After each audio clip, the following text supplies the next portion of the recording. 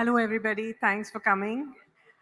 Finding the one true love, one and only, love of my life, other half, better half.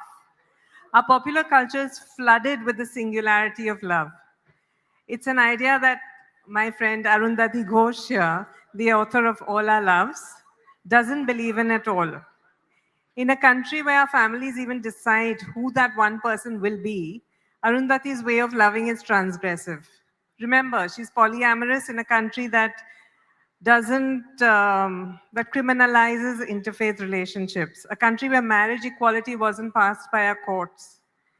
And intercaste love, as you well know in this state, often results in what I like to call dishonorable killings or murders. Some 80%, 90% of us still count on our parents to find us a partner, courtesy that great Indian arranged marriage institution. Loving outside all these tightly held boundaries is a political act, even more so in today's India. Arundhati defines polyamory as the practice of being in love with or without sexual intimacies with more than one person simultaneously, with the consent of all. In true Arundhati style, she describes it as loving to your heart's content. And her book is about being polyamorous in India, where even the most open minded people, quote unquote, stumble when the singularity of love is challenged. Arundhati, thank you for sharing your wisdom and your learnings about being polyamorous in India so openly in your path-taking book. Why do we find polyamory so threatening? Thanks, Priya.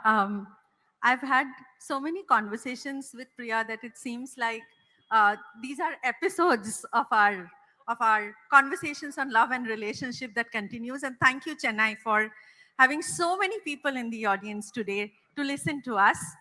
I must say before I answer your question that this book is not just my life. It cannot ever be.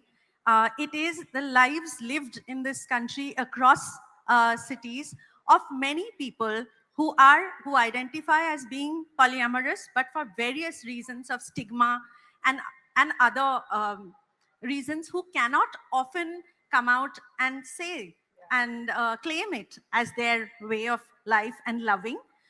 So I must say that this book is about all of them and also in the name of all of them. So though I have written it, it is a collective book. It is a collective book that believes in collectives. Why are we threatened? I'll give you two. There are many reasons why polyamory is seen as a threat to individuals, to society, to patriarchy, to many folks. But I'll give you just two. One, let me talk about the very personal and private reason. It's a very intimate reason. I think all of us live with great amounts of fear of loneliness in this world. We are afraid of being abandoned, of being exiled, of not being loved. I think it's one of our truest needs to feel loved, to be seen. But we imagine, because of conditioning, because of popular culture, because of so many things, we imagine the space of the heart, if I can call it Dilistan, we imagine the space of the heart as a very confined space with only one chair to sit on. And if you are not the person who's sitting on that chair with the light focusing only on you, then you have no space in that heart. However, if you could only think of the heart as a place that has, a couple of chairs, a few muras, one futon, some gaddas, and there's a possibility that multiple people may sit there and enjoy the company of that person who their heart belongs to, then it can seem very different. So one of the fears is this fear that if somebody else is being loved, then it automatically means I will not be loved. So this binary. The second is patriarchy hates polyamory because it immediately takes your control and your possession away from the person that you say you love, and attachment is just another word for possessiveness. That you give the reason as attachment, but you can be attached to a beautiful poem and still share it with somebody. Attachment has never stopped us from sharing things we like and we love, unless you see it as a product that you, or a thing that is yours and nobody else's. So trespassers will be prosecuted. Sexuality is such a fraught subject in this country. We all grew up with distorted notions of it, and it takes us a while to navigate our way to clarity. You write in your book that the realization that you can love multiple people came to you early while you were still in school. Would you like to walk us through that early journey and your confusion and how you resolved it? And Yeah, I think that I realized very early that this one true love thing wasn't really working, because what it made me feel is that if you're calling only one thing true, then everything else is false, kya? So, and I realized that I was, so what happens in monoamory?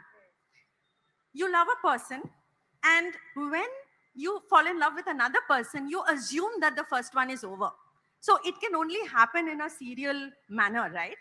But in my lived experience, as with many of my friends, I was noticing that is not necessarily the truth. That is not how we live.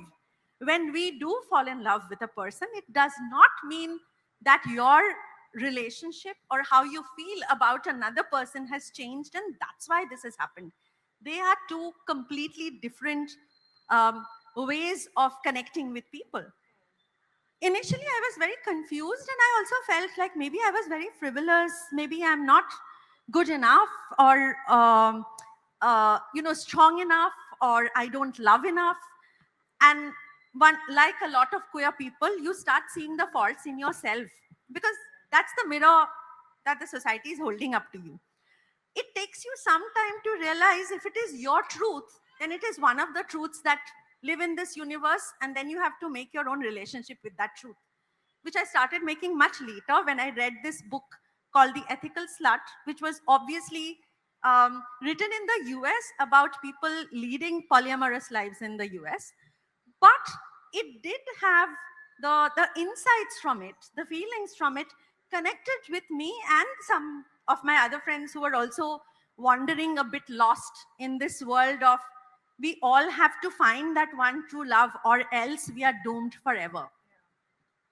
so, did it have the word polyamory in it? Because one of our friends whom we were chatting with earlier today said she just heard the word polyamory today. So you heard the word in your 20s, Yeah, in my early 20s, early yes. 20s. But I think, of course, it took a much longer time to understand the struggles with it. I mean, love anyway is hard, and to be in the kind of love that crosses a few of the boundaries or borderlines rather that society sets for you just becomes harder. You've named so many of them: intercaste, interreligious, um, uh, sexual orientation wise, queer love, all kinds of love that crosses that boundary that is created by the powers that be in society is harder. And to that extent, polyamory became harder. But I would say that loving anybody, the idea of love itself is a struggle. So, how does this Western polyamorous discourse integrate itself into the Indian cultural situation context where we have no privacy, arranged marriage, joint families, controlling parents, It doesn't actually. And one of the reasons that I felt I was very unnerved when I was asked to write this book, because I felt it's such a massive, expansive subject. Will I be able to? And then the reasons for writing it became stronger. And one of the reasons was that everything our community of polyamorous people have read comes from the outside. And while they are really courageous, brave stories about life, they do not represent our realities.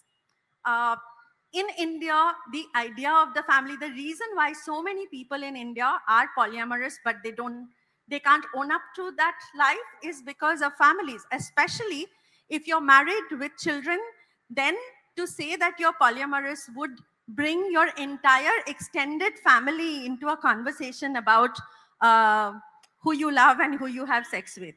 So the bedroom in India, even physically, is not that private a space. We don't consider privacy like that.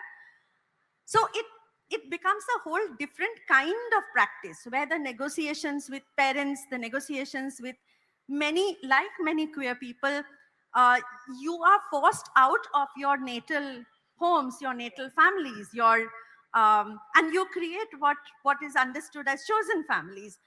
But in India, you really never leave home. You don't quite leave home like you do in some Western countries.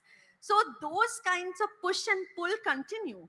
And it becomes a much more messier and much more struggling kind of enterprise to be, I guess, either queer or polyamorous or both in India. So, in that sense, was it slightly easier for you because you grew up in a family that where your parents had already run away from home through an intercaste family, and you didn't have all these nosy relatives around you? I mean, I know it was, or the opposite is also true. It was hard, but in this context, Oh, of course, I have a lot of privileges that many of my other polyamorous friends don't.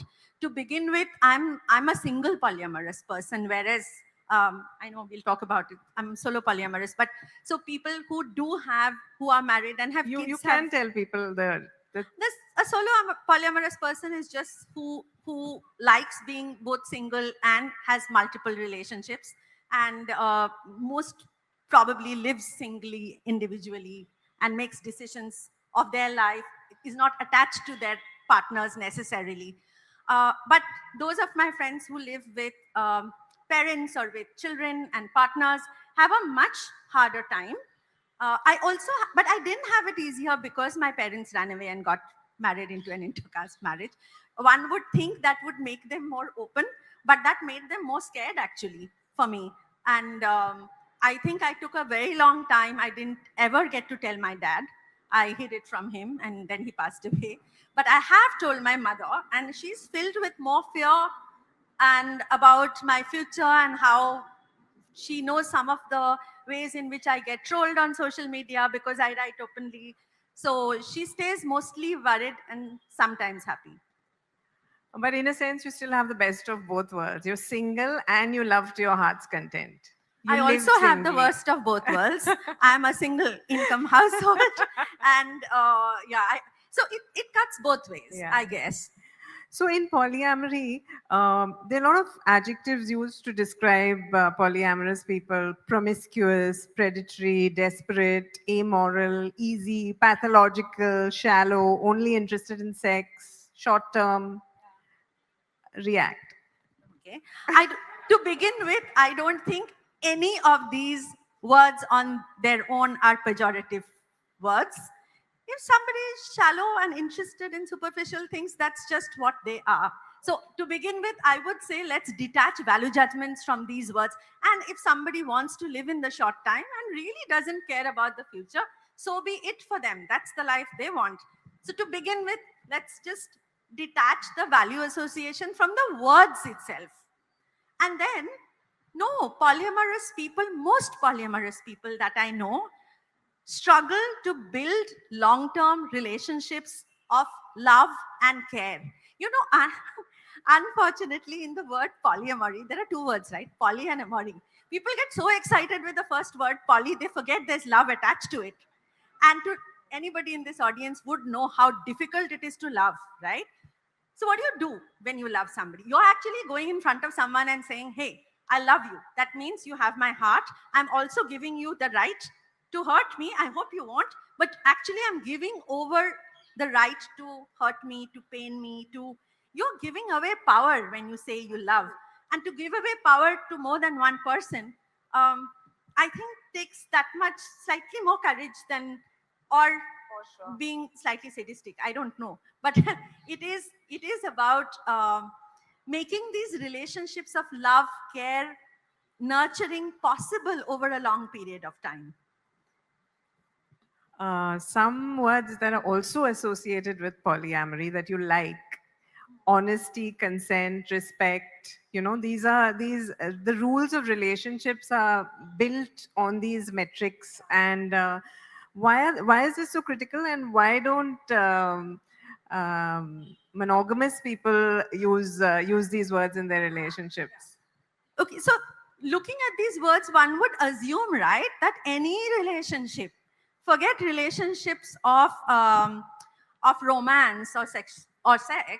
Any relationship, even between two friends, there should be trust and honesty and openness, etc. However, there is a word called ethical non-monogamy. So monogamy is just monogamy, and non-monogamy has to be described as ethical because the assumption is that non-monogamy is, as somebody, an audience member in one of the talks said to me, cheating with permission. So I would say that these words that we use often very purposefully, very intentionally, while talking about polyamorous relationships, that these relationships are built between two or more people with honesty, consent, trust, agreements on what you will allow, because there are no templates. Everybody is making their own template of a relationship. It is not given as a legacy to you. You don't follow just what other people are doing. So you create um, your own little world of a relationship that you're building, where your expectations, your demands are co-created between people. We purposefully say these words so in order to protect ourselves or to negate the earlier words that you had used, rather than describing the relationship itself, because all relationships are supposed to have these in any case. So what are some rules, practical rules of polyamory? See, I think one of the biggest things that must happen in polyamorous relationship is consensual honesty. And there's a difference between honesty and consensual honesty. Consensual honesty is, suppose you and I decide to date today, Priya. You and I will tell each other how much honesty we want from each other. Because maybe I don't want to know the details of your other love lives. Maybe I just want to know highlights. Maybe I don't want to know when you're going on a date. I only want to know when you're serious about somebody. I need to know that there's going to be a new person coming into our life. So this consensual honesty is something that is at the core of it, because this defines the particular relationship you have.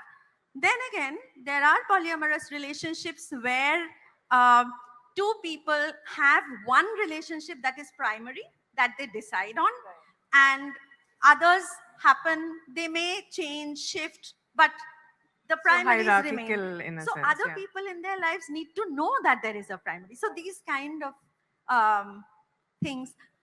Practically, another thing that's very important is that before you get into any new relationship, you know how saturated you are, how much resources in terms of, we all know how much time, effort goes into building relationships, maintaining relationships, giving to relationships.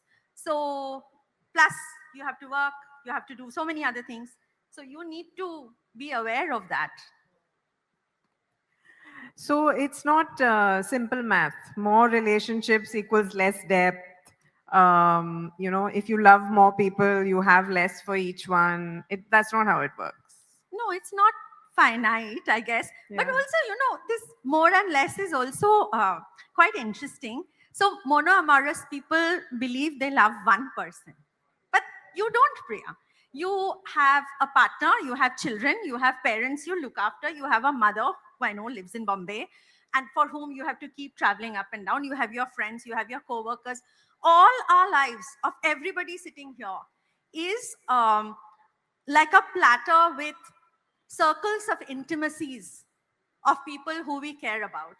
The amount of time and care that we give also depends on the phase of life, whether you have a parent who's aging, who needs more time.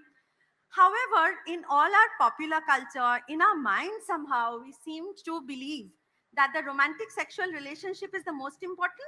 It is the only one, and it sits on a pyramid right on top, as a couple is at the height of that.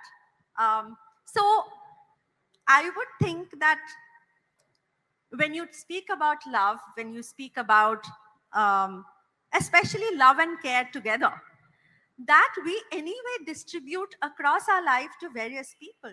Not here, it's only a question of having one more partner. And again, when you say more, we're just talking about more than one. So it could just be two as well. So, love is not finite. Couple over everyone is a no-no. What other rules of monoamory do you break on a daily basis? Oh, the one that I began with, that you asked me about, this thing about true and false relationship. But there again, I think personally, I have a big problem with one. Like we know that a single story is a dangerous thing. Similarly, today we have this one nation, one language, one leader, one culture. Very, very, very problematic. And I think that I only would take it a little, extend it a little more, and say that this idea, this belief in multiplicity, this faith in the many, cannot just stop in your drawing room and in your living room. It has to enter your kitchen. It has to enter your bedroom at some point, for those who would like to. But how do you juggle these many? Like, how do you juggle the practical and emotional and sexual aspects of many?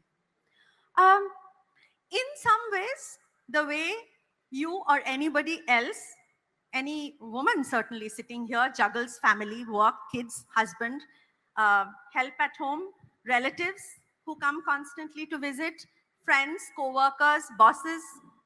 It's one part of it is the same, that you need to juggle all of this as part of your life in any case. The other aspect is between the partners, there is conversation, there is a sense of trust that builds over time, and you know that there are, and so you have to be very aware of the needs of the different partners that you have, but also build um, expectations to the extent that you can fulfill them. Can you elaborate on that practically? So for example, okay, I'll tell you a couple of one probably a story that looks at how you have to contain your expectations. So say you have two partners. Let's stick to just two, um, and you want to spend a special occasion or a birthday or something with one of those partners. Now, obviously, in a polyamorous relationship, your partner has other partners as well. And it may or may not be possible with them to spend that day with you, or even give you that expectation, fulfill that expectation from you. So that's the time that you have a conversation around what is possible. And in many cases, one looks at it as something that you develop over a period of time, and it is not constant. It's not the same with every partner or their partners. But it's beautiful when you also can create a relationship with your partner's partners, or metamors. Doesn't happen all the time, but sometimes it happens, and it gets slightly easier when that happens. Have you created that relationship? Yeah, in some cases, and in some cases not so. And in I think it depends a lot on how your own insecurities play out. I have seen that I'm very I can have less insecurities about a partner's partner when I'm not feeling threatened by them at any place where, say, so I'll give you another example. I don't ride a bicycle, I'm not an academic. So when I know that my partner's partner is an academic and they do work together, that threatens me more. So I feel more insecure, and my effort to make friends there is higher, and I try harder. But where I know that there are no such insecurities, it's so much easier to make friendships. So, people are people, and these things are going to remain. Jealousies, insecurities will remain. But You have a whole section on jealousy. on jealousy as well. Okay. So I'm just saying that it's Yeah. about how you deal with them, and Tell us about jealousy also. jealousy also happens. How you've struggled and with it, and Yeah, I've been a super jealous person for many, many years, but I've also figured that jealousy is something that is not a deal breaker. That's the first thing. And jealousy is something that happens not because what your partner is doing, but because of your own incompleteness, your own insecurities, your own fears. Once you once you own that for yourself and feel responsible for it, it's easier to work through it. You work through it by sometimes talking to your partner. You work through it by telling yourself that this is something you've created in your mind. It's not because your partner is seeing someone else, but it's because you feel less than, you feel afraid, you feel you'll be abandoned. What if the partner, they like someone more? So all these ways of feeling competition, feeling that there's a finite amount of love to give, and if it doesn't come to you, then it'll be given to someone else and you won't get it at all. uh, it's hard because it's conditioned into us so much by Hindi films, by romance novels, by all of this, because everybody talks about this holding on and possessing this one person for yourself. And jealousy is a total mood killer. Jealousy, No? jealousy can be, I don't think so. I think jealousy can also be something that that teaches you things, that Brings you teaches closer as you work through it. as mean? you work through it and makes you aware of your own feelings many times. But I also have seen, I grew up at a time when a lot of rejected lovers and boyfriends would throw acid on women's faces. They still do. They still do. Yes. And somehow I used to feel terrified at how often the tone in which people talked about these acts were jealous tha, poor thing, he was rejected in love, as if that justified the violence. So I do want to point out that while jealousy has become such a measure of love for some people, like, oh, you're not jealous means you don't love, jealousy has a terrible violent side that we have to be aware of and not let it build its nest inside you. Stalking, etc. A lot of that. Yeah. I read this Substack piece by an African matriarch, and she described polyamory as a collective of people who help me return to myself. She says, I have not dated several people at once. I have built with several people at once. That difference matters. Yes, absolutely. So tell us about your collective, if you don't mind. Yes, my collectives, I would say. I have a collective of collectives. So I have one collective of, obviously, of lovers, partners, friends, people I call chosen family, who help me embed myself, who help me live. But there is also a collective of mostly women in Bangalore. We protest together, we stand together, we live for each other. I know one of them is here, thank you. And these are also connected collectives.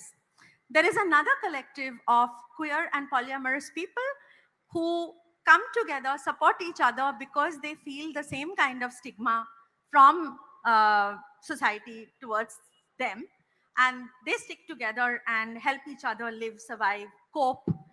These are some of the collectives that we have to live with. And I do want to say that we have to stop imagining ourselves as isolated people. We are part of groups and collectives, and that's the only way that our living on this planet can be a little more connected and with love. And so if we broaden the definition, I guess we're all polyamorous. I really believe that everybody is polyamorous. Some choose to um, love, build a relationship with one people because they feel they have resources for that. But at the level of the heart, I do feel everybody loves more than one person in a romantic and possibly sexual way as well. And how do caste and class shape poly relationships in India? I know your book focuses mainly on urban, sort of middle class Indians, because that's probably where the most data is available. But in your travels and like, what experiences have you had of the other India being polyamorous? I would say, see, in matters of the heart, every India is very similar. In fact, I would say that in places where there is less privilege than there is in like in the urban spaces, polyamory happens with much more ease and much less talk. People just live their lives, and people live their lives very differently across this country. I'll tell you about one specific story I want to end with. This is a migrant uh, woman who is a construction worker in Delhi, who I met through some of my other friends. and who lives in Delhi with one family that they have created. There is a man, there's a woman, and they have a child. She and the man have another family in the village. And what she tells me is that the families in the village also know that they have this other family, because 8 months out of the year she lives in Delhi and moves from construction work to construction work with this family unit. Now, one way of looking at it would be, oh, this is like practical. But I would say this is also a matter of the heart. And she has found connection and family in this little unit. They all go back to their homes where there are other units. And we live like this, actually, in very messy and strange ways. How does polyamory foster chosen families that rival or integrate with biological ones, particularly in cultures like ours, where everything is collective and Yeah, I think here, both with the polyamorous as well as I'll talk about the queer world also. 2 years ago, I was at the Pride Parade in Kolkata, and one of the things that I really felt amazed at was there was a group of older, like me, older people who were holding a banner and walking with the other much younger queer people. And these were the parents of queer people who had come together to form an association. And I'm hoping that more and more these other ways of life and living our desires out, will bring our biological and chosen families closer to each other, remove some of the uh, prejudices that people have about it, and hopefully some more people will write about it, and some of this writing may also help in breaking these locks to bring people together. and I guess the more the state criminalizes it, the more young people will insist on going exactly there and doing Oh, exactly that. absolutely. Absolutely. Young people today are experimenting, and young people across caste and class are experimenting with so many ways of loving and living. I am amazed at how much courage they have. And talking to them actually made me feel less lonely.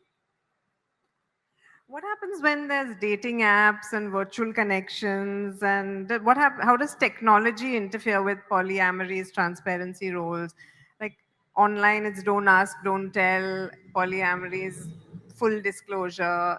How do the two worlds meet? Yeah, it both enables and disables. I feel enables because often this is the place that you come out first, because on dating apps you write because this is where you think you're going to meet more polyamorous people. But on the other hand, it's also very dangerous because there's a lot of unnecessary trolling, stalking, etc. that happens. There are layers behind which you can hide online, which you can do less of in real life.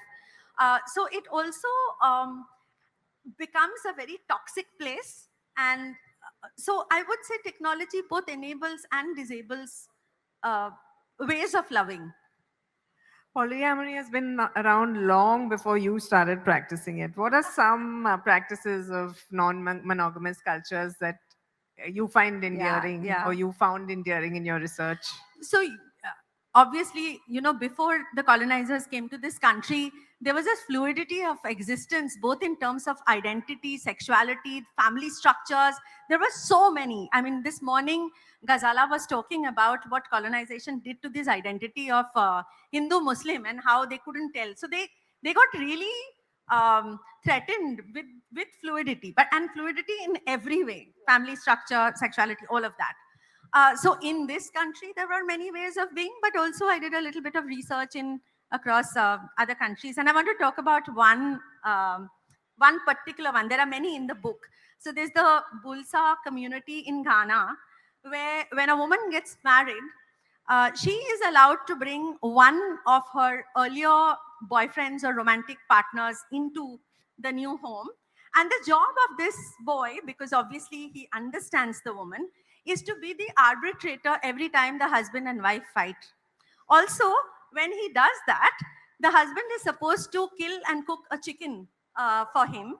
And so he remains in the house as the woman's best friend, best male friend, with the husband knowing that the presence of this character actually makes their relationship work much smoother.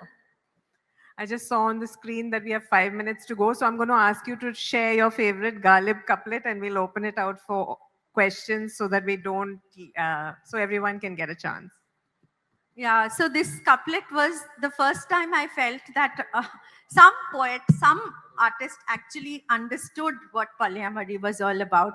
It is, of course, हजारों ख्वाहिशें हैं ऐसी कि हर ख्वाहिश पे दम निकले, बहुत निकले मेरे अरमान लेकिन फिर भी कम निकले. I think that is at the height of, at the heart of And you can translate polyamory. it for the Chennai audience also. Okay, the translation would be that there are thousands of desires, and as more and more desires come out and manifest themselves, you feel that it's still less than what you hold inside your heart. Thank you so much, Arundhati. Thank you, Your Priya. love Always lessons a are pleasure. universal and relevant to all of us. We'll open it out to questions now. Anyone has any questions? Yeah. Hi, my name is Neela. Hi. Hi, are polyamorous relationships also long-term relationships? That's one part of the question. And second is, if we have been monoamorous for a long time and to break this pattern and to become polyamorous or even to explore, we understand that it's better to not put all our eggs in one basket. You know what I mean? Yeah. So, what exactly is one step or a couple of steps that we can take towards polyamory? Thank you for this question. I think we were polyamorous for the longest time and then went monoamorous. So I'm just talking about a return to the old ways of life. Um, you said what are some of the steps that we can take? You would, if you're single, then it's easier because then you can start right away and just allow yourself to fall in love with people without thinking that you're going to be, this is the one and only thing that has to work for you. So therefore your list, all the tick marks should be there in the list. I think the first thing is to be excited about seeing beauty, courage, compassion in another person, feeling excited about it, wanting to connect with that person, not necessarily thinking this is the be all and end all of my life and that's why I have to be absolutely correct or else. That fear is also what stops us from falling in love because we feel, oh, this has to stick for the longest time and this is the ultimate one true, etc., etc. Yes, there are, most polyamorous relationships are long term because that's why we build them. Otherwise, why would we want to waste so much time, effort, energy in love? But if they happen to be short term, that's also okay because the time that you have with each other is really precious.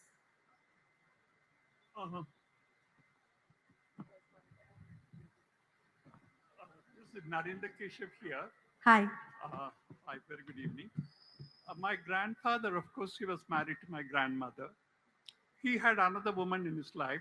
Both these women knew each other. Also, they knew what's happening. Can we call it, was that a polyamorous, situation those days? Sir, of course it was polygamy, and I just would wonder what your grandfather would think if your grandmother or the other woman also had other lovers, and if he was okay with it, then perfectly. That's polyamory, of course. I thought about it. Of course, I believe they did not have or get the chance to. Or that your grandfather didn't know. Probably there were other lovers. Possible. I hope so. I hope the women enjoyed themselves also. I wish. Ma'am? Ma'am? Yeah. Hi. So here. Here. Yeah. Hi. So I was wondering that in this modern age of like overstimulation and our nervous systems already being overstimulated and triggered by a lot of emotional like dysregulation, even in normal relationships, do we need to have like a discernment with regards to like commitment phobia when it comes to going into like polyamory, because like I do see that there are some people who are like they consider polyamory as their identity, and they have that working through the jealousy and envy as a form of open attitude. But then there are some people who just use polyamory as a form of commitment phobic escapism, uh, rather just avoiding their nervous system regulation and just escaping into whatever dreamland, you know. Yeah. Thank you. Thank you. Very important question. You know, one chapter in the book is about the red flags. And this is one of the red flags that I've talked about, that there are people who like having sex with many people, and that's perfectly fine. Just don't call it polyamory, because polyamory is about, I would call polyamory commitment philia rather than commitment phobia. Imagine making commitments to multiple people. Keeping commitments to one is bad enough. And now you're talking. So for me, it's the other way around. So polyamory for me is about building relationships of love and care. And sex may or may not be there. But what you're talking about is people just using the term to sound really cool and progressive and get away with it. So be very careful of those people. Sounds like a lot of people on the internet. A lot of people on the On internet, dating but apps. even otherwise, every such word is used. Even the word feminism or any of these words are used with such callousness, and so you should know the real from the fake ones. Any other? Yeah, I think it's a follow-up question. So there are a lot of relationships which I've seen wherein one person considers themselves polyamorous while the partner doesn't. Yeah. Because they have the hope that this person would someday understand their true love and become monogamous. So how do we handle that? And how do polyamorous people get away from the label of being exploitative, which people label them as? So I think one of the most difficult relationships that I've also talked about in the book is when monoamorous people and polyamorous people fall in love. I think you should fall in love for who people are rather than imagining who they will turn into if you have enough influence on them. That never happens. So best if you are in love with a polyamorous person and you are monoamorous yourself, you have to imagine that life and what it will be for you. Not because one day they might change. Even the other way around. A polyamorous person, if you are in love with a monoamorous person, don't expect just because you are poly, they are going to change over time. You have to love them for who they are today, not possibilities of who they might be 10 years from now. I think that will bring a lot of heartache. You cannot get away with any labels except for being an honest and conscientious and rigorous practitioner. I think you just have to practice it with enough honesty and dignity. And if people get it, they get it. If they don't, they don't. Thank you so much, Arundhati. Apparently, we're out of time. If you buy a book, Arundhati will answer one of your questions. Thanks a lot, guys. Thank you. Thank you, Priya.